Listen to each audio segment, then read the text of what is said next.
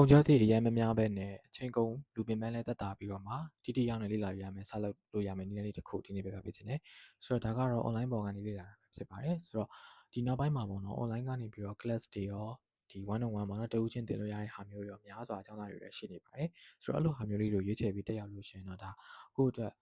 ကုန်ကျစရိတ်လည်းနည်းမယ်နောက်ပိုင်းဒီအချိန်ကုန်တာတွေလူပင်ပန်းတာတွေလည်းသက်သာမယ်ပေါ့နော်တကိုင်းမြန်မာမှာလည်းအဲ့လိုမျိုးလုပ်ပေးဖို့အတွက်ကိုတဦးချင်းသင်ပေးတဲ့ပုံစံမျိုးလေးရှိပါတယ်ဆိုတော့ class ဆိုလို့ဆယ်မရှိသေးပေမဲ့တဦးချင်းဆရာဆရာမတွေနဲ့တိုက်ရိုက်သင်လို့ရမယ့်ပုံစံမျိုးတွေရှိထားပါတယ်ဆိုတော့အဓိကကတော့ဒီလိုသင်လိုက်တဲ့အခါမှာကလေးတွေအနေနဲ့လည်းတဦးချင်းဖြစ်တဲ့ကြောင့်မလို့ပေါ့နော်စာနာမလည်မှာတွေမရမှာတွေပူချာမလို့ဘူးကိုမသိတာတွေမရှင်းတာတွေလည်းချက်ချင်းပြန်ပြီးတော့မေးလို့ရမယ့်ပုံစံမျိုးဖြစ်တယ်ပေါ့နော်ပြီးတော့အဓိကကောင်းကျိုးတစ်ခုကတော့ budget save ဖြစ်သွားတာပေါ့လေအရင်ကြီးကုန်ကျစရိတ်က